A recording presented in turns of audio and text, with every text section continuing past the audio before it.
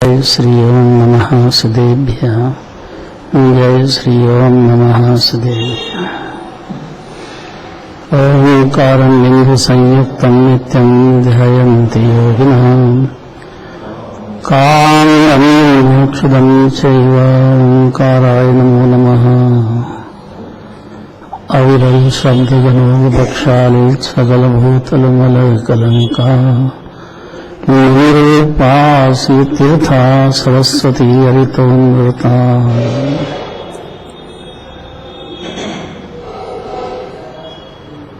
अज्ञानतिमिरान्धानां ज्ञानाञ्जनशलाकया चक्षुरुन्मीलितं येन तस्मै श्रीगुरुवे नमः। परम्पराचार्य गुरुवे नमः। मङ्गलं भगवान् वीरो मङ्गलं गौतमो गणे मङ्गलं कुन्दकुन्दार्यो जयधर्मोऽस्तु मङ्गलम्। नमः शनै सराय स्वानुभूत्या चकासते चित्स्वभावाय भावाय सर्वभावान्तरचते।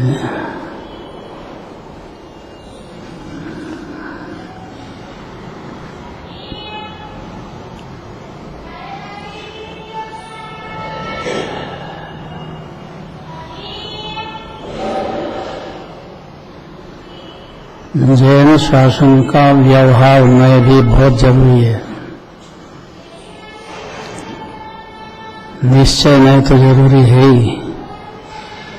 व्यवहार में कि क्या महिमा है वो कहना चाहते हैं। 18 नंबर का सूत्र। व्यवहार में से जीव का स्वरूप क्या है। सारे जगत के जीव जीव है ना। एक तरफ तो असत्यार्थ कहते हैं, हाँ एक तरफ महिमा बताते हैं। दोनों में रहस्य है। दोनों की अपेक्षा है। अपेक्षा तो रहस्य हो गया ना। अपेक्षा ही रहस्य है। वो दोनों जरूरी है, क्योंकि व्यवहार में नहीं समझेगा तो अपनी परिणति में जो राग देश में हो रहे हैं उसके कर्म अपने को बंध रहे हैं। उसका उदय अपने को 84 लाख योनि में बहुम भटक रहे हैं। ऐसा समझेगा ही नहीं तो ये व्यवहार में डूबना बंद नहीं करेगा, डूबता ही रहेगा। तो व्यवहार में विकल्प, कुटुंब परिवार के करो, देश के करो, समाज के करो, तो ब्याह शादी के करो, काय भी के भी करो। विकल्प तो विकल्प है और उससे निमित्त से कर्म 8 कर्म बनते हैं। 4 घाती 4 अघाती, ऐसा नियम है। खाली मान लेना इतने में सम्यक दृष्टि होता है। अर्थात इन विकल्पों से कार्य नहीं मानेगा। विकल्प तो होंगे लेकिन जानेगा कि कार्य तो स्वतंत्र हो रहे हैं, है कि नहीं। बच्चे की सगाई का मौका आ गया तो अपने करने से आ गया कि उसका मौका अब आया। अपन तो बहुत दिन से चलते थे विकल्प, और इतना ही मानना है जी, इतने में डूबेगा नहीं। और नहीं तो मेरे विकल्प से हुआ है। तो जैन शासन में आने के बाद भी भगवान बनने का मार्ग है। छोटी जगह नहीं आया है जो भक्त नहीं भगवान बनेंगे, ऐसी दृढ़ता आने पर सम्यक दृष्टि हो जाता है। उसको अपनी सत्ता का जिनेन्द्र देव ने जैसा कहा है ऐसा विश्वास बैठ गया। छोटा काम हुआ है। देखो, व्यवहार नय का उपदेश भी सुनना चाहिए और निश्चय नय का उपदेश भी सुनना चाहिए। दोनों के रहस्य समझना चाहिए। अभी व्यवहार नय के उपदेश का स्वरूप क्या है कि व्यवहार में से भी जीव बताते हैं और निश्चय में से भी जीव बताते हैं। व्यवहार में से क्या कहेंगे, जीव की परिणति है, उसमें भाव कर्म चल रहे हैं, उसके निमित्त में द्रव्य कर्म बनते हैं, उसके उदय में 84 लाख योनि में अकेला भटकता है। ये बात ये नहीं जानता है। इस बात को नहीं जानने से उपादेय मान लिया व्यवहार को। उपादेय तो इतनी बात समझ जाने के लिए था। समझ जाए तो निश्चय का अर्थात निर्विकल्प आत्मा की अनुभूति का रस चालू हो जाता है जीव के बरिया में। कौन बता देगा इतनी बात? पहले व्यवहार में इससे क्या फायदा है? क्यों भगवान की पूजा करें, पाठ करें, शास्त्र सुने, अन्य मात्र से अपने को अलग कर लिया, पंच परमेष्टि का स्वरूप समझे, क्या फायदा है? नहीं तो कुदर गुरु का त्याग नहीं कर सकेगा जी, अगर ये नहीं समझेगा तो घोर संसार में जन्म मरण करेगा। पहली बात है ये, सच्चे देव शास्त्र गुरु की श्रद्धा होना पहली बात है। तो कुदर को शास्त्र की श्रद्धा छोड़ देना, उनके हाल पर उनको छोड़ दो, अपना को संभालो, क्योंकि वो हाँ बच जाओ उनसे, आप इतना करना चाहिए, इतना ही फायदा है बस।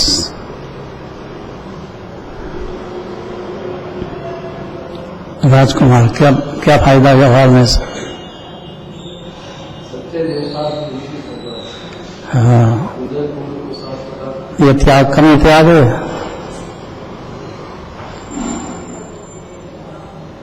363 में था, माहिर हुआ नहीं चलाए थे पहले अज्ञान दशा में।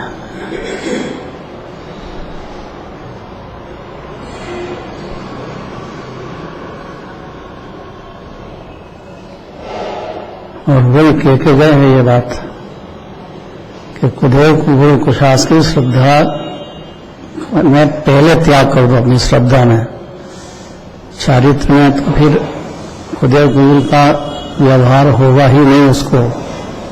अगर श्रद्धा होगी तो इतना भोंदू नहीं लगेगा कि गुरु क्या होते हैं ये नहीं मालूम उसको, तो चाहे जिसको गुरु मांग लेगा।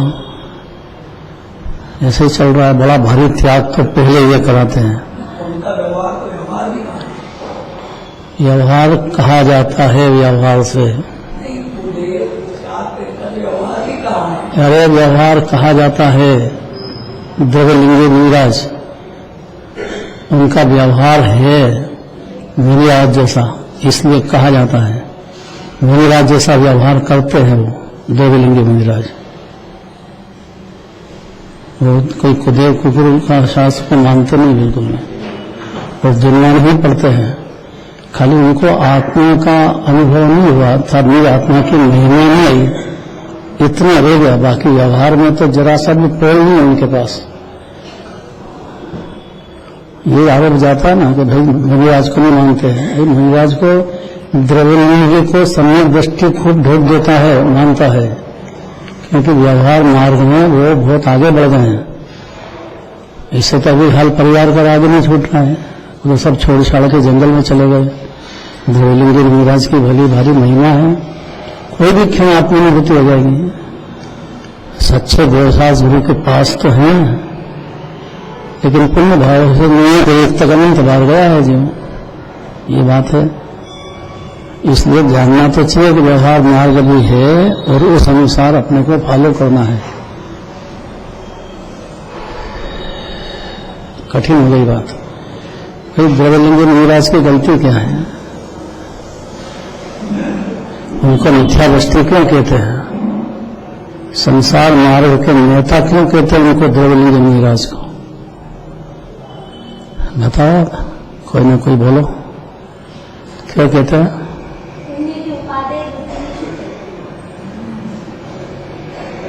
तो पुण्य तो बहुत ही ज्ञानी के मुनिराज के सम्यक दृष्टि के भावलिंगी संत के बहुत पुण्य होता है। लेकिन वो उसको उपादेय नहीं मानते।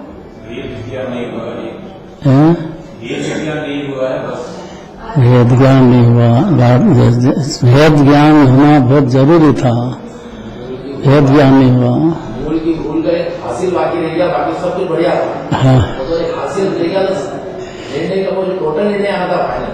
खूब बड़ा कड़ाव है दूध का, और जरा सा जहर डाल दिया है, अब पीने लायक रहा हो। वो हासिल नहीं आया, उत्तर नहीं आ रहा। कोई बात नहीं, संभावना है, इसलिए ज्ञानी उनको नमस्कार करते हैं, ढोक देते हैं द्रव्यलिंगी मुनिराज को। वर्तमान का जीरो माने जीरो माने ऐसा नहीं कहना चाह रहे। वो तो जितना व्यवहार जिनेन्द्र देव ने कहा है, दीवधनी ने, वो व्यवहार जो छठे सातवें गुरुस्थान वाले भावलिंगी संत कर रहे हैं वैसा ही व्यवहार वो कर रहे हैं। ये कोई छोटी बात नहीं है। ये मान्यता की भूल है। मान्यता की भूल होने से मिथ्या तो हो गया, लेकिन जिनेन्द्र देव ने जो व्यवहार कहा है यह वस्तु रूप से होगा ही जीव को, वो तो कर रहे हैं। और अगर वो नहीं करते तो निर्णय गृह तक कैसे जाते? और भावलिंगी संत के साथ बैठते हैं सभा में, उनका कोठा कोई अलग नहीं होता है देवलिंगी का, वहीं बैठते हैं। और वैसे जीव बनी सुन रहे हैं, ये भी सुन रहे हैं। वायुश्री मुनिराज का ध्यान करो, देखो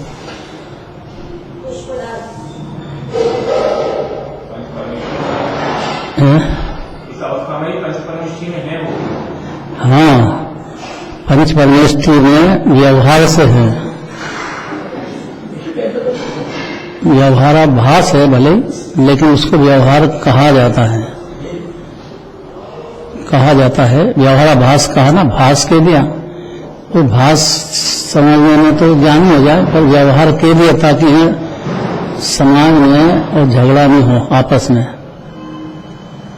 मुनिराज का भेद नहीं करना आपने को। और दूसरी बात की संभावना है, अभी डॉक्टर साहब ने कहा कोई भी क्षण उनको निश्चय चालू हो जाएगा।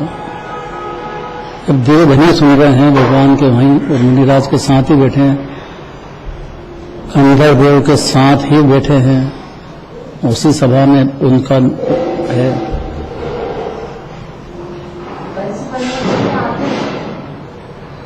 पंच परमेष्ठी में व्यवहार से आए हैं, निश्चय से नहीं आए हैं। क्योंकि पंच परमेष्ठी बनने में सिर्फ सम्यक दर्शन की जरूरत है, और वो वहां सम्यक दर्शन किसी भी क्षण पशु को हो सकता है, तो उनको क्यों नहीं होगा? है नहीं, पहले कह रहे हैं, पहले कहना चाह रहे हैं। हो जाएगा जब तो बात ही अलग है, भावलिंगी हो जाएगा तो देवलिंगी क्या कह रहे हैं? अगर पंच परमेष्ठी में शामिल हो जाए तो भावलिंगी संत होते हैं, तो में अविरत सम्यक दृष्टि हो जाता है, तो बाकी की क्या बात करना है। चौथे स्थान में और भावलिंगी संत में श्रद्धा अपेक्षा से, आत्मा की अनुभूति के रस की अपेक्षा से कोई अंतर नहीं है, ज्यादा या कम, लेकिन रस चालू हो रहे देव को। यहाँ स्त्री पर्याय में हो, पशु में हो, देव में हो, नरक में हो, उससे क्या फर्क पड़ता है? जीव तो जीव है, तो बाहर नार के क्रब दूर हो गए, ये पाप का उदय है।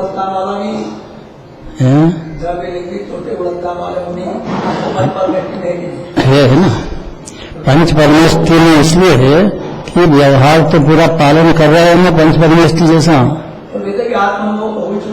आत्मानुभव नहीं हुआ। चतुर्थ वाले को हो गया, चतुर्थ गुणस्थान वाले को आत्मा की अनुभूति जैसा सिद्ध भगवान को हो रही है वैसी चालू हो गई। खाली प्रत्यक्ष में परोक्ष का अंतर है। वहां प्रत्यक्ष आत्मा के अनंत प्रदेश, अनंत गुण दिख रहे हैं भगवान, यहाँ परोक्ष दिखेंगे, लेकिन श्रद्धा अपेक्षा से तो कोई अंतर ही नहीं है। फिर भी आत्मा के ध्यान में न जाना, ये भी आत्मा का ध्यान में लीनता चालू हो गई, हर क्षण हो गई। पाप भाव हो कि पुण्य भाव हो, चार गति में करीब हो, उससे कोई फर्क नहीं पड़ता है। उसने अपने को जीव मान लिया है, जीव की श्रद्धा बैठ गई है।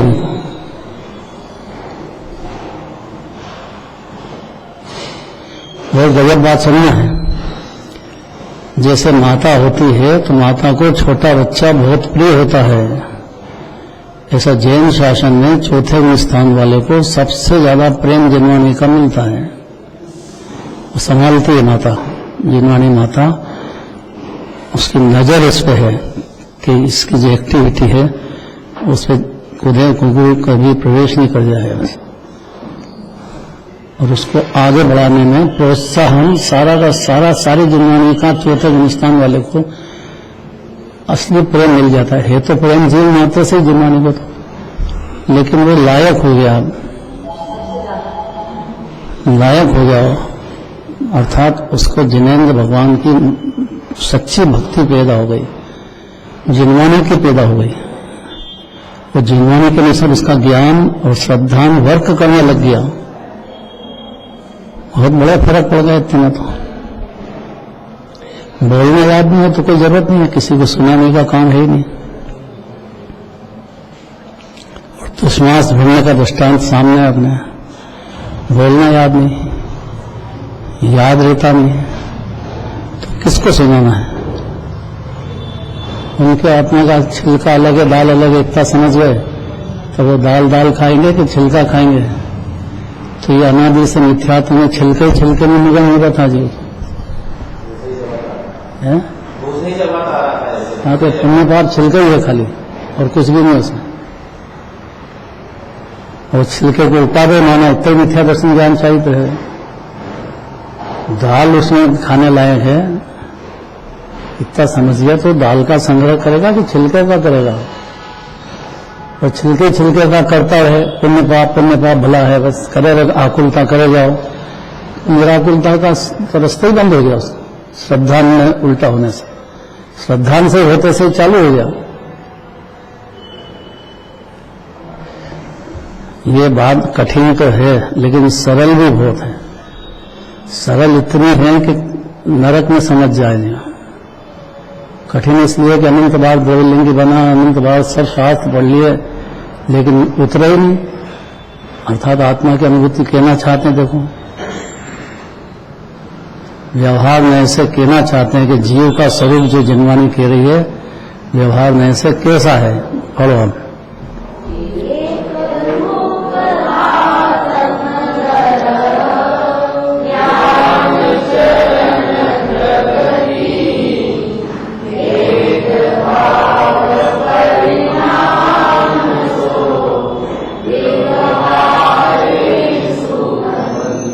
अब देखना, ध्यान से सुनना ये बात।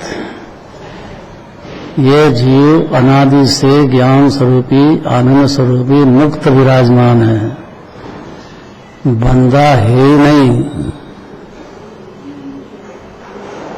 क्योंकि चेतन कभी जड़ नहीं हो सकता है, चेतन कभी आश्रय नहीं हो सकता है।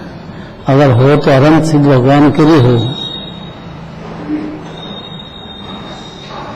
जिनवानी में क्यों कहा?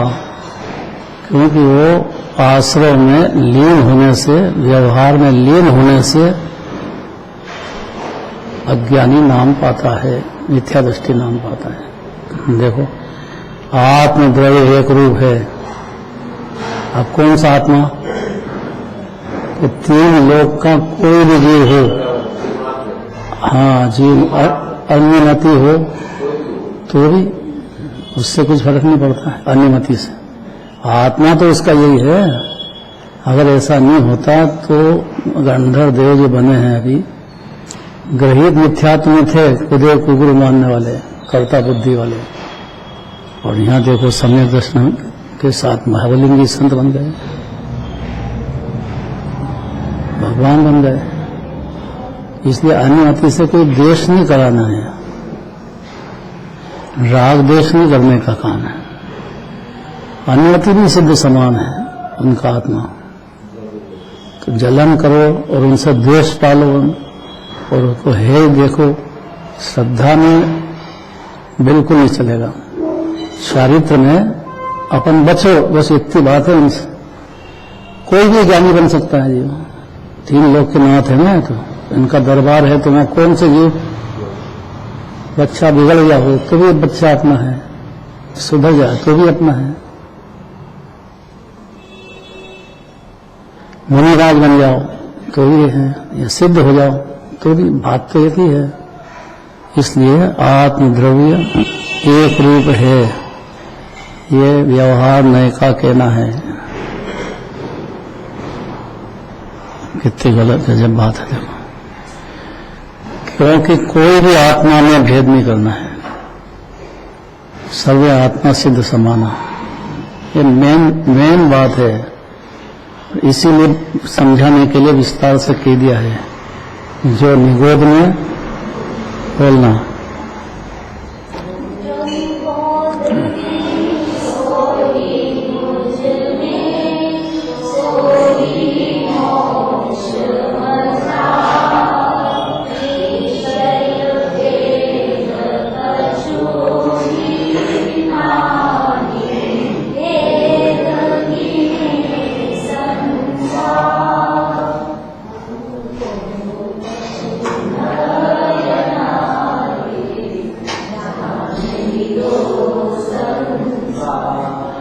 इसके जाने बिना निर्भयता शुरू नहीं हो सकती।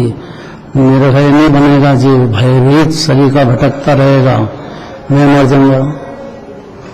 जो कभी मरा ही नहीं है उसको ये भ्रम है, मेरा है। भैया तेरा रहेगा कहाँ ज्यादा देर, लेकिन ये भ्रम बैठ गया है जीव को, इसलिए व्यवहार में ऐसे समझाते हैं। 3 भेद करे हैं वो भी नहीं चलेगा। देखो यह आत्म द्रव्य एक रूप है, दर्शन ज्ञान चारित्र 3 भेद भी पसंद नहीं है जिनमें। व्यवहार में ऐसे समझाते हैं 3 भेद होते हुए भी अखंड भेद है, एक रूप है। अरे अनंत पुरुषार्थ है इसमें ही। प्रसन्न चित्त होना पहली बात है। देखो ये प्रसन्न नहीं हुआ जीव कभी भी, कलपता ही रहता है, बस दूसरे को देख देख के जलता रहता है, जलता ही रहता है, जब देखो जलता ही रहता है। प्रसन्नता होना पहली बात है। देखो भगवान के दर्शन करो तो एकदम प्रसन्न चित्त से करो, शोबाजी नहीं होना यहाँ। अगर प्रसन्नता ही नहीं हो रही तो आओ मत घर से, आ गए हो तो प्रसन्न चित्त तो यहाँ तो हो कम से कम। ये प्रसन्नता ही काम आएगी, तो आगे प्रसन्नता में दिखावा है, तो किसको दिखाना है? वो तो दिखावा, ये प्रसन्नता अपने लिए अपने काम आएगी। ये भी दिखावा करता है ना, झगड़ा ये भी दिखावा कि लोगों को अच्छा नहीं लगेगा, मतलब लोगों को दिखाने के लिए आया। लोग निश्चयभाषी कह देंगे अगर भगवान की पूजा नहीं करेंगे तो अपने लोगों को दिखाने के लिए कि मैं निश्चयभाषी नहीं हूँ, भगवान की पूजा कर रहा हूँ, छह आवश्यक कर रहा हूँ मैं। तो इसमें कोई जगत से बचने के लिए उनका आलोचना सहन नहीं करने को मिले, इसलिए आना है क्या कि अंदर से प्रसन्न चित्त होना गंभीर बात है भाई। तो व्यवहार में कहेगा तो स्वयं का घात कर रहा है, ये भी करता हूँ, मेरा स्वयं का घात कितना है इसका पता नहीं। ये तो अज्ञान है, और अज्ञान क्या है? इससे ज्यादा कोई अज्ञान नहीं है। ये जीव विकल्प के और कषाय के वश चलता है, इसलिए उसको ऐसे ही सोचता है। दूसरे को देख देख के जलना, अब ये कैसी तरीका है? आपको क्या तकलीफ है? कोई अज्ञानी रहे, कोई ज्ञानी रहे, कोई निराश नहीं बने, देर से बने, आपको क्या तकलीफ है? आप क्या जलते हो? इसलिए व्यवहार में से आत्मद्रव्य एक रूप है, ऐसा व्यवहार में से कहा, ये भी जरूरी है। क्योंकि एक रूप नहीं देखेगा तो ये जीव को उसके प्रति द्वेष बुद्धि होती चली जाएगी, भयभीत रहेगा, दूसरे को सुधारने की धुन में रहेगा। भाई दूसरे को क्या सुधराए, वो तो परमात्मा की रास्ता है। वो कोई भी जीव हो जगत का, निगोद का भी, उसका थोड़ी कुछ बिगड़ा है। ये तो व्यवहार में से एक रूप भी कहा है, उसको झेलना चाहिए जीव, उससे दूर दृष्टि होगी जीव को अगर ये समझ गया तो। या देव की बात सुनने में इंटरेस्ट पैदा हो जाएगा कि ऐसा कैसा आत्मा है यार, निगोद में रहा तो भी कुछ नहीं बिगड़ा, नरक में रहा तो भी कुछ नहीं बिगड़ा, अज्ञान अंधकार में रहा तो भी जीव का तो कुछ बिगड़ता ही नहीं है। ऐसा जिन्नाने का कहना है व्यवहार में से नहीं जच रही बात राजकुमार, नहीं जच रही है। अरे प्रसन्नता ही नहीं आ रही है तो चेहरे से मालूम पड़ जाता है।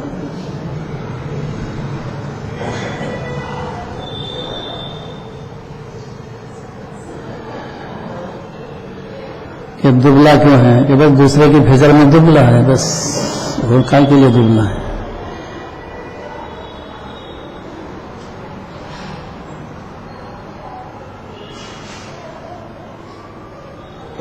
कितना जरूरी व्यवहार में ऐसे जीव का स्वरूप समझना भी कितना जरूरी है। देखो आत्मद्रव्य एक रूप है, ऐसा व्यवहार में का कहना है। उसको दर्शन, ज्ञान, चारित्र, तीन भेद जो रूप कहना, ये व्यवहार में है। तीन भेद कर दिए ना, एक आत्मा में तीन भेद कर दिए, पर्याय अपेक्षा से है। पर्याय अपेक्षा से तीन भेद जो कहना है वो व्यवहार में का विषय हो गया। और यह असत्यार्थ है। असत्यार्थ का मतलब